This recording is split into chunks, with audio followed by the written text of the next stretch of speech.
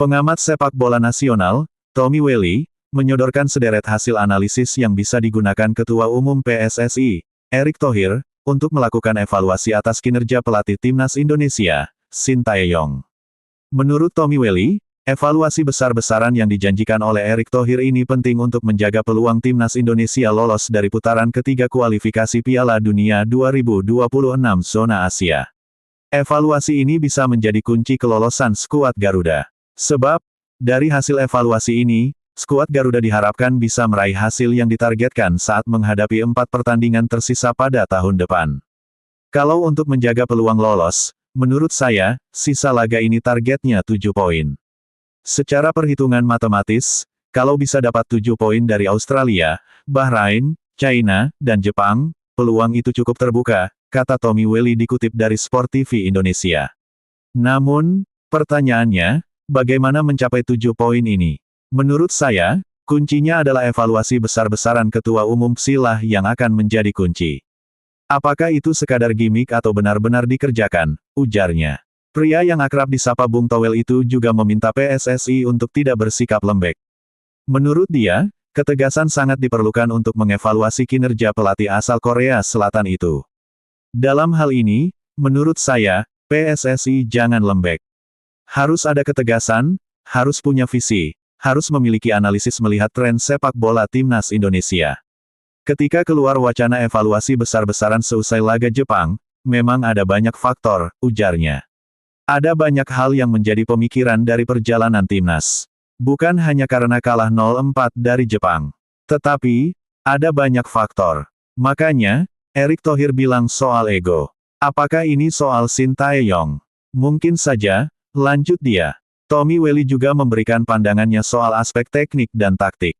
Menurutnya, gaya permainan Timnas Indonesia selama berada di bawah asuhan Sintayong juga mesti masuk daftar catatan untuk dievaluasi. Sebab, dengan hadirnya pemain naturalisasi, skuad Merah Putih masih belum memperlihatkan perkembangan gaya permainan. Menurut Towel, gaya ini cenderung tak mengalami perubahan sejak Sintayong pertama kali tiba. Selanjutnya area taktik dan teknik. Kok dari dulu begitu saja taktiknya? Apakah dengan hadirnya banyak pemain naturalisasi cuma bisa dimainkan seperti itu? Itu bisa menjadi dasar pertanyaan untuk evaluasi, ucapnya.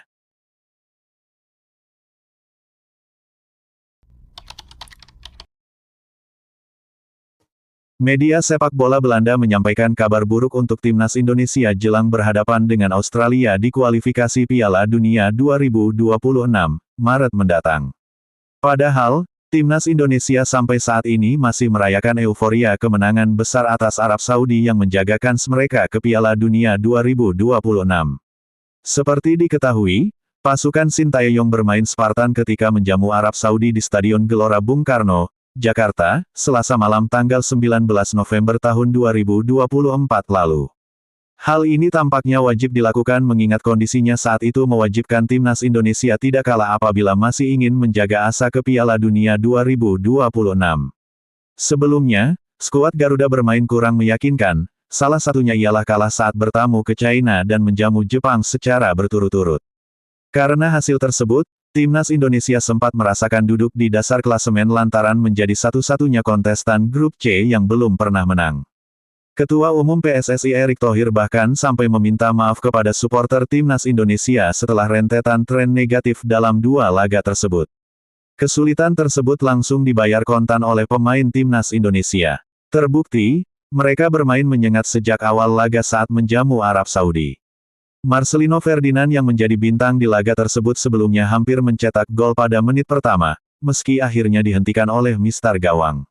Hingga akhirnya, Timnas Indonesia berhasil mengunci kemenangan atas Arab Saudi melalui brace Marcelino Ferdinand pada menit ke-32 dan 57. Kemenangan ini cukup spesial bagi Timnas Indonesia lantaran poin penuh membuat posisi mereka melonjak ke posisi 3, bersaing dengan 5 tim lainnya untuk ke Piala Dunia 2026. Selain itu, hasil ini menjadi kemenangan pertama bagi Timnas Indonesia atas Arab Saudi sepanjang sejarah partisipasi kedua negara di pentas internasional.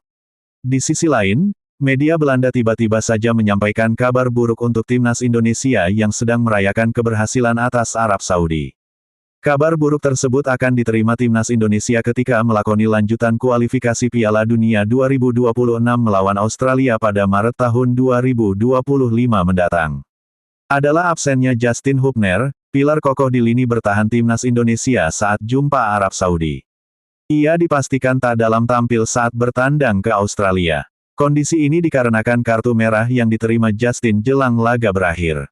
Ia pun lantas diusir wasit usai menerima kartu kuning kedua ketika timnas Indonesia menang atas Arab Saudi. Justin Hubner yang lahir di Den Bosch menerima kartu kuning keduanya di menit-menit terakhir, yang berarti Indonesia mengakhiri pertandingan dengan 10 pemain, katanya. Oleh karena itu, AFC selaku induk sepak bola Asia memberikan sanksi larangan sekali bermain untuk Justin Hubner di kualifikasi Piala Dunia 2026 saat melawat ke Australia. Dia diskors untuk pertandingan tandang melawan Australia yang dijadwalkan pada bulan Maret, tulis ESPN.nl. Walaupun Justin Hubner absen, namun itu tampaknya tidak terlalu banyak memengaruhi timnas Indonesia. Miss Hilgers kemungkinan besar bakal kembali mengisi lini belakang. Pada laga kualifikasi Piala Dunia 2026 di bulan November ini, Miss Hilgers terpaksa absen membela timnas Indonesia setelah mengalami cedera bersama FC20. Di laga bulan Maret tahun 2025 nanti, Miss Hilgers dan Kevin Dix bakal kembali bergabung. Ditambah dengan proses naturalisasi oleh Romeni yang kemungkinkan bakal rampung tepat waktu.